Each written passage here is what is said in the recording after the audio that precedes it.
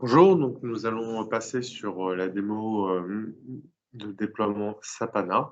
Il existe plusieurs types plusieurs manières de déployer de l'infrastructure as a code. Ici, je vais vous faire une démo via une template JSON. Vous pouvez bien entendu utiliser par exemple des outils comme Terraform et enchaîner des post-opérations sur la machine, comme l'installation de Sapana via Ansible, Puppet, Chef, etc. Donc là, je vais vous montrer donc, une template JSON qui se trouve sur mon GitHub. Donc on va aller directement sur ce bouton qui me permet de déployer l'infrastructure et installer Sapana. On reviendra sur les explications après, mais c'est pour gagner un peu de temps sur le déploiement de la machine. Donc en cliquant sur ce bouton, on va arriver directement sur le portail Azure. Donc avant de créer toute ressource, il est important de créer donc, un resource group. Donc je vais le faire tout de suite. Je vais appeler RGCWS comme Cloud Workshop. Je vais le faire en North Europe pour des raisons de coût. Je peux choisir la version de HANA. Ici, je vais appeler ça HANA Cloud Workshop, que je récupérerai après. J'aurais pu déployer une machine de Jumpbox. Ici, je peux choisir la taille de ma VM, qui va bien entendu conditionner le disque layout de ma machine. Donc là, j'ai des informations sur les VNet, les subnets, etc. Ici, j'ai un blob storage contenant mes installs de Sapana, un user pour me connecter, le password. Je peux choisir la version de mon OS, SLES ou Red Hat, la version de HANA 1.0 ou 2.0, le SID, le HANA number. Donc, ce sont des variables qui vont me permettre d'automatiser mon déploiement d'infrastructure. Voilà. Donc là, je vais checker si ma template est bien remplie. Voilà. Ça marche. Et là, on va pouvoir créer. Et là, on va laisser donc le temps de déployer les infras et installer Sapana par-dessus. Donc, je vais faire un premier refresh. Voilà, on voit qu'il a déployé des NSG, des VNet. On va revenir sur le détail de cette fameuse template. Qu'est-ce qu'elle fait? Donc, vous avez un fichier qui s'appelle Azure Deploy.json qui va être le point de départ de ce déploiement. On va cliquer dessus. Voilà, ici, je fais mes déclarations de variables que vous avez pu voir tout à l'heure. Donc, la version de HANA, les tailles des machines.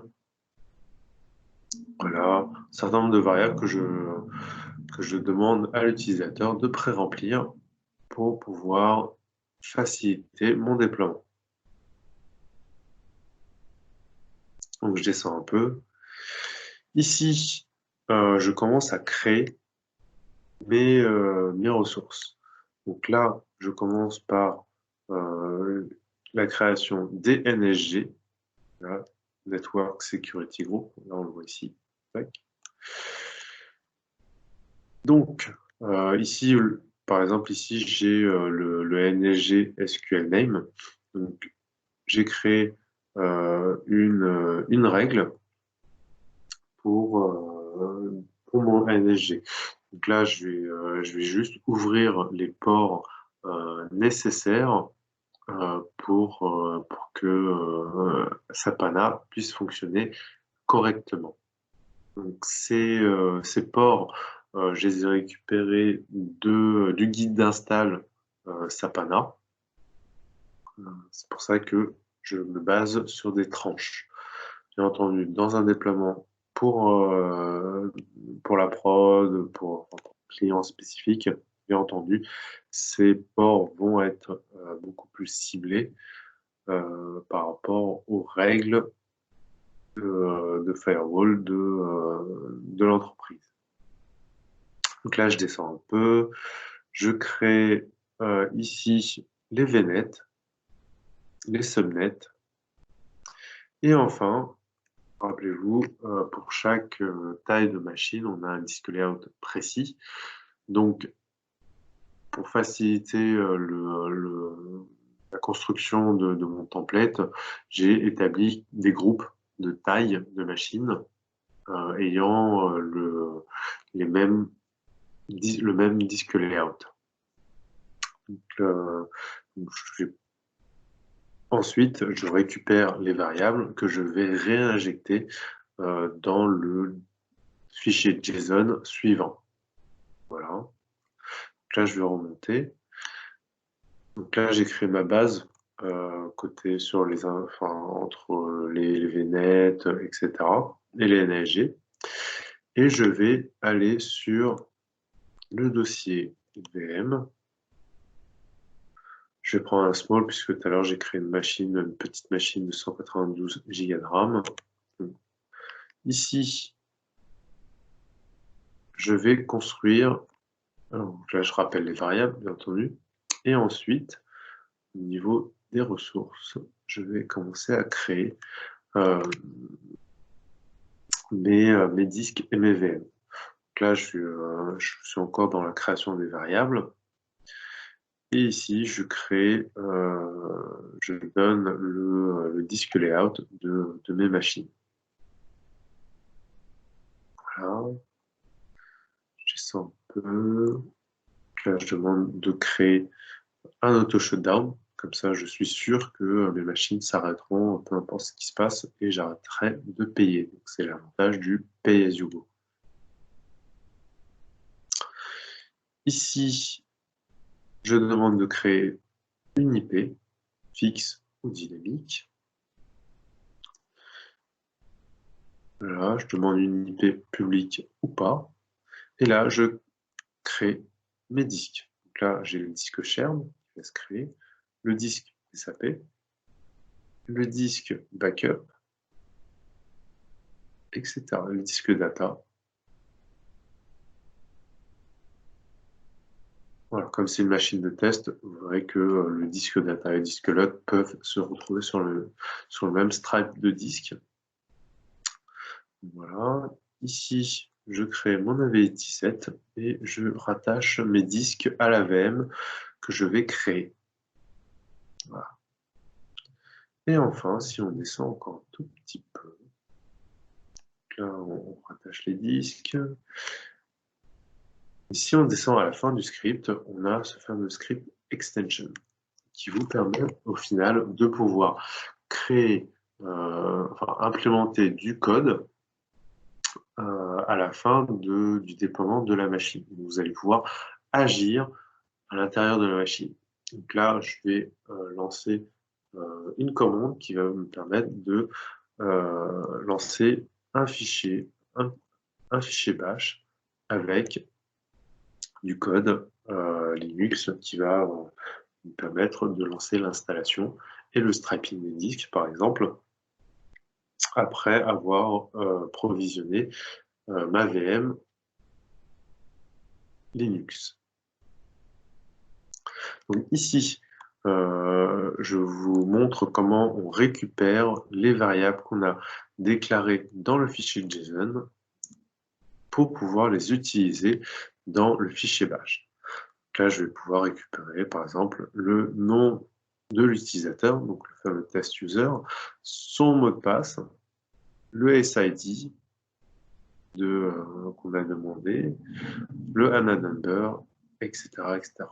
Voilà, tout ça, on va pouvoir le récupérer dans le fichier le custom script pour pouvoir lancer l'installation à la fin du provisionnement des machines.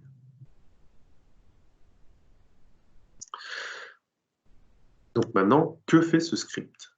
Donc, on va revenir en arrière et on va jeter un œil de plus près sur ce fichier, le .sh.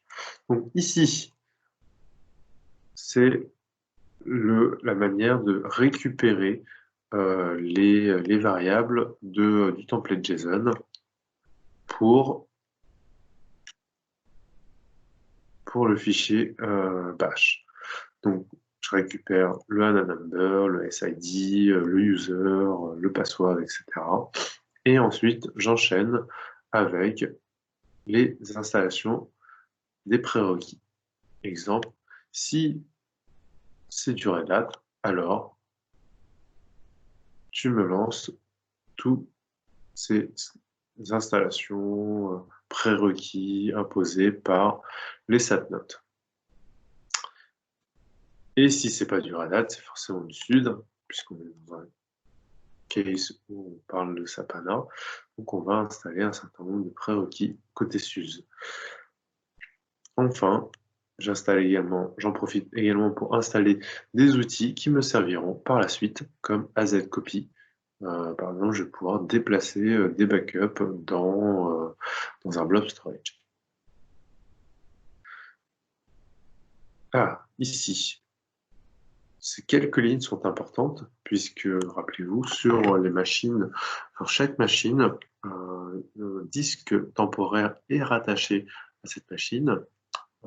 Bien entendu, ce disque est détruit à la fin si vous décidez de redémarrer ou d'arrêter votre VM. Par conséquent, ce disque, comme son nom l'indique, temporaire. Cependant, on peut l'utiliser pour y mettre un swap disk sur le disque temporaire. Cependant, il faut le recréer à chaque fois au moment du redémarrage. C'est pourquoi vous allez pouvoir utiliser le WA agent pour créer ce disque swap à chaque redémarrage sur le nouveau disque temporaire. Voilà. Ensuite, on va créer effectivement les disques et on va faire le stripe des disques pour chaque machine. Donc là, pour ces machines de cette taille, on aura ce disque layout. Et si on a d'autres tailles, on aura un autre striping.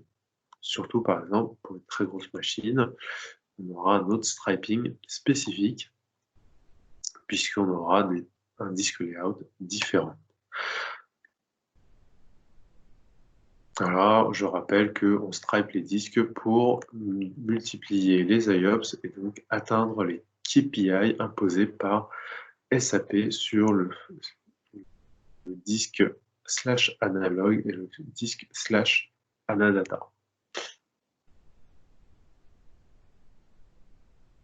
Là, je descends un peu plus vite. Et ensuite, je déclare les disques dans fstab, etc., etc. Et là, on va pouvoir récupérer les installs avec wget qui se trouvent sur les blob storage. Et enfin, je modifie le fichier de config avec les informations provenant de mes variables de ma template JSON. Et ensuite, je peux pouvoir installer Sapana à partir de ces nouvelles informations. Voilà. Et enfin, on arrête et on redémarre la machine. Voilà un peu qu'est-ce qui se passe dans ce script pour déployer Sapana. Alors, si je reviens sur le déploiement, je vais rafraîchir, on voit qu'il est toujours en train de s'exécuter.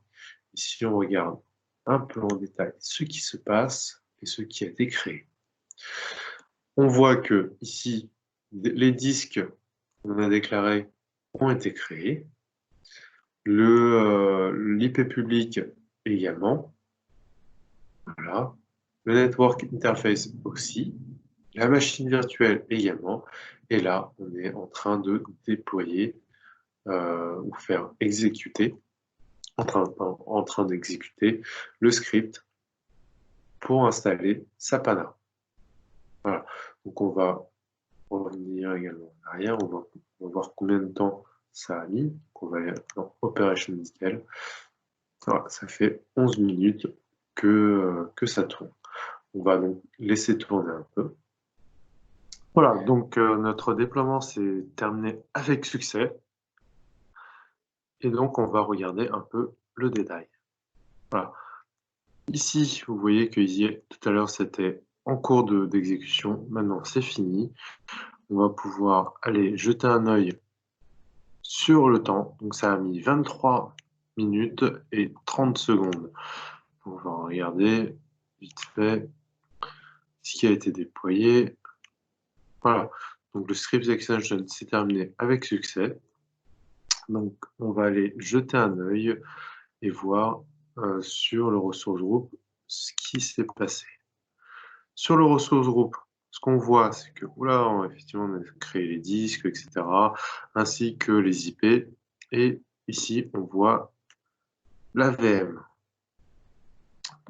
La VM, on va pouvoir se connecter via cette adresse, puisque, donc voilà, on va ouvrir un PuTTY rapidement.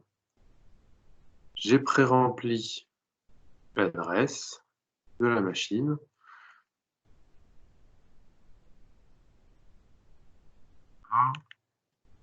Ici, je vais me connecter avec test user, le mot de passe que j'ai saisi dans ma template.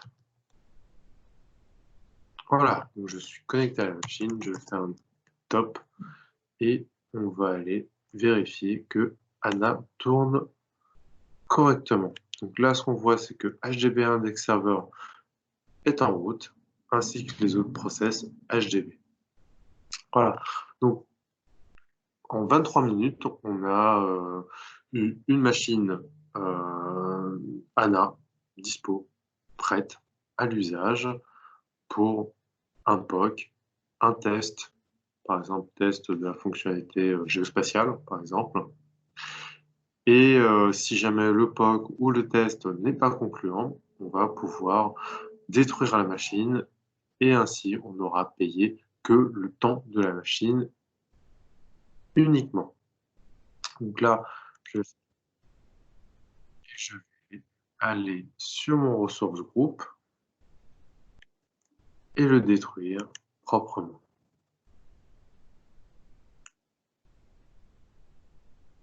Voilà. Donc là, c'est en cours de destruction. Et dans ces cas-là, on n'aura payé que le temps de notre test. Voilà pour cette démonstration.